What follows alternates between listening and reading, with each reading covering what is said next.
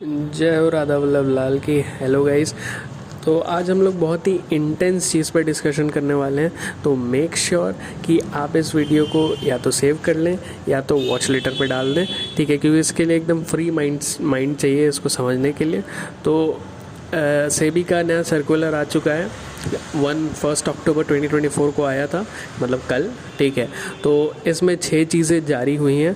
तो हम लोग जो 2025 में जारी हो रही है उसके बारे में बात नहीं करेंगे। 3 चीज़ें जो मेन है, जो 20 नवंबर 2024 से लागू हो जाएंगी, ठीक है, उस पर बात करते हैं। सबसे पहले एंट्री बैरियर, ठीक है। एंट्री बैरियर जो था, जो अपना जो लॉट साइज़ है, जैसे कि निफ्टी में 25 का लॉट साइज़ होता है, तो अगर आपको ट्रेड करना है निफ्टी में तो एक लॉट 25 का आ रहा है, अब वो एक लॉट हो जाएगा अराउंड कुछ 15-20 लाख का उसको बढ़ाना है, ठीक है। तो वो हो जाएगा अराउंड 60 का कुछ समथिंग बैठेगा, ठीक है, कि 60 या 70 ऐसा कुछ लॉट साइज़ आएगा, ठीक है। तो अब जो मार्जिन है, जैसे इंडिया विक्स अगर 12 रहता था, ठीक है, तो एक लॉट 3-4 हज़ार का आता था।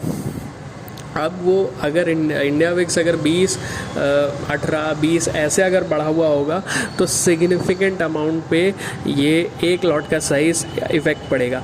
अब अगर नए ट्रेडर्स जो कि अभी पूरा ग्रो नहीं किए, धीरे धीरे ग्रो कर रहे हैं, तो ऑप्शन बाइंग से ही अगर, ठीक है, तो अगर थोड़ा सा भी ड्रॉ डाउन लगता है तो उनको बहुत ज़्यादा प्रॉब्लम होगा, ठीक है। तो ये थोड़ा सा प्रॉब्लमेटिक बात है, मेरे को तो समझ ही नहीं आता, लेकिन ठीक है कि बेटिंग ऐप्स जहाँ पे एंट्री बैरियर 10 रुपया या 1 रुपये से भी आप लूडो खेलो, कैप्टन बनाओ, ये सब चीज़ें हैं, ठीक है। तो वहाँ पे उन प्लेटफॉर्म्स पे जहाँ कोई रेगुलेशन नहीं हो रहा है, ये एफएनओ सेगमेंट में किया जा रहा है, ठीक है, क्योंकि सेबी कहता है 99% लोग लॉस करते हैं, ठीक है। वैसे तो लॉस 100% करते हैं, जो 1% है वो बस लॉस कम करते हैं और बाकी लोग थोड़ा ज़्यादा करते हैं, दैट्स द डिफरेंस। लेकिन ऑन द अदर हैंड, जबकि ये अपने एफएनओ सेगमेंट में ट्रेडर्स जो हैं, ठीक है, उन लोग को तो ऐसे ही ज़्यादा टैक्स भरना पड़ा था, और ये जो नया टैक्स रिगाइम है ये तो और ज़्यादा टैक्स ले रहा है, ठीक है। लेकिन इसके बाद भी due to the nature of the business STCG, ठीक है, ज़्यादा टैक्स भर रहे थे, लेकिन अब चार्जेस को भी सिग्निफिकेंटली बढ़ाया जा रहा है, ठीक है। तो अगर आप नॉर्मली जैसे ट्रेड करते थे, अब तो चार्जेस भी ज़्यादा पे करने पड़ेंगे। So for a new traders वो डिफ़िकल्ट हो रहा है, लेकिन अब लोग ट्रेडर्स हैं, ठीक है, तो हम लोग इसका अडेप्ट करना ज़रूरी होता है, ठीक है। तो इसका सल्यूशन क्या हो सकता है, ठीक है। तो मेजरली सल्यूशन का अगर बात करें तो या तो आप स्टॉक्स में जाइए, या फिर, लेकिन एक अच्छी चीज़ जो आ रही है वो आ रही है कि वीकली एक्सपायरी होगा, मंथ के एंड में सारा एक्सपायरी मिलेगा जैसे नॉर्मल होता है आई गेस, लेकिन वीकली एक ही एक्सपायरी मिलेगा जो एक्सचेंज डिसाइड करेगा, निफ्टी और सेंसेक्स, ठीक है। लेकिन अब, ठीक है, अब जो वीकली एक्सपायरी आएगा तब आप ऐसा कर सकते हैं कि आप स्टॉक्स में ट्रेड करें और उसके बाद फिर एक दिन आए एक्सपायरी ट्रेडिंग करने के लिए। लेकिन पर्सनली मेरे को लगता है कि 5 स्टॉक्स अगर मैंने सेलेक्ट किए हैं तो मैं उन 5 स्टॉक्स में अगर 5 क्या ट्रेड करना है, क्या नहीं ट्रेड करना है, कहाँ पोजीशन ले रहे हैं, कहाँ नहीं ले रहे हैं, और सब एक साथ नहीं मूव करता है, कुछ अगेंस्ट भी मूव कर सकता है, कोई बुलिश जा रहा है, कोई बेरिश जा रहा है। इंडेक्स में अगर हम ट्रेड कर रहे हैं तो या तो एसएल होगा या तो टारगेट होगा, ठीक है, और जो ट्रेडिंग रूल्स हैं 2 एसएल के बाद बंद कर देने का, ठीक है।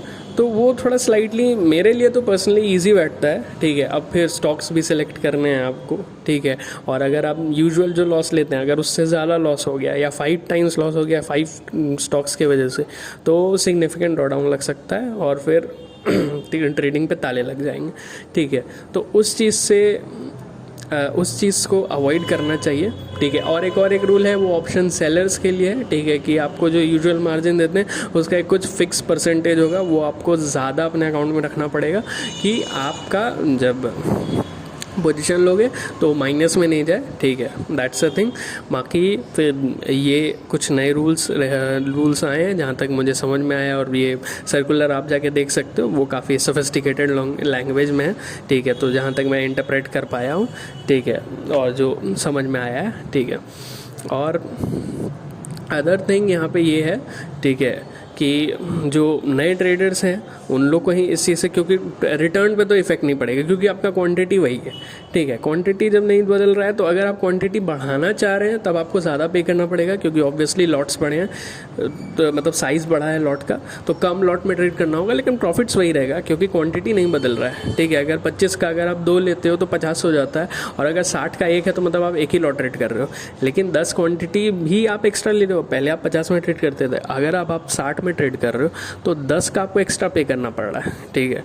और चार्जेस प्लस तो बढ़े ही बढ़े हैं भाई, ठीक है। सो ये एक इशू वाली चीज़ है, लेकिन अपन लोग ट्रेडर हैं, ठीक है। सो इसका पॉजिटिव साइड देखते हैं। इससे जो लोग मनी मैनेजमेंट नहीं करके आते हैं या फिर जो लॉस करना है वो तो कहीं पे भी लॉस करेंगे, अगर कुछ भी नहीं देखना है अगर इधर ही, ठीक है। बाकी तो देखते हैं, चलिए। जय राधा वल्लभ लाल की